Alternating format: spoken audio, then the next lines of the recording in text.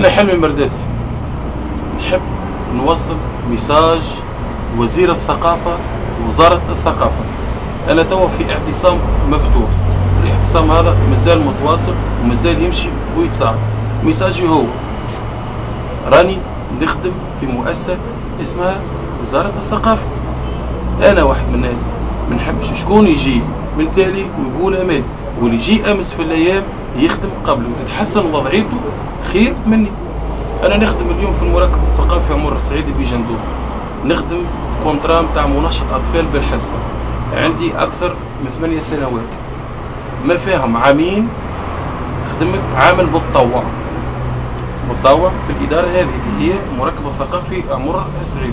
الكونترا هذا خدمت به اليومنا هذا وانا قاعد نخدم به، وثم بوند جديد حطوه في الكونترا هذا اللي هو جماعة المناشطين هذوما ما عندهمش الحق في الانتداب.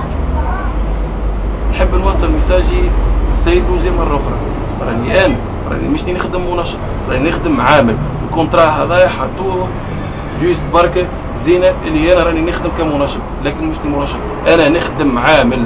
المركي يوميا في 8 سوايع وأكثر من 8 سوايع. اللي نطلبوا من سيادتكم اللي تراجعوا أرواحكم وتشوفوا أرواحكم وتدرسوا بالحق الملف نتاعي، لاني بالحق في حاجه هامه جدا للعمل هذا. وانا واحد من الناس راني مش باش نفك واعتصامي راه ماشي باش يساعد، وان شاء الله راه مش ندخل في اضراب جو. ثم ناس بعثتها الوزاره الاولى، بعثتهم امورهم واضحه مترسمين، امورهم واضحه، وانا عندي اكثر من 8 سنين وانا نستنى باش توصل تتصلح وضعيتي، او على الاقل ينظموا لي اموري، لاني بالحق ما فما حتى شيء واضح. هذا كله ظلم ونشوف فيه انا، وان شاء الله يا ربي ان شاء الله ربي يهدي اللي كان السبب في المشكله بتاعي هذه، لاني بالحق انا هو المتضرر وانا هو الضحيه في الثقافه.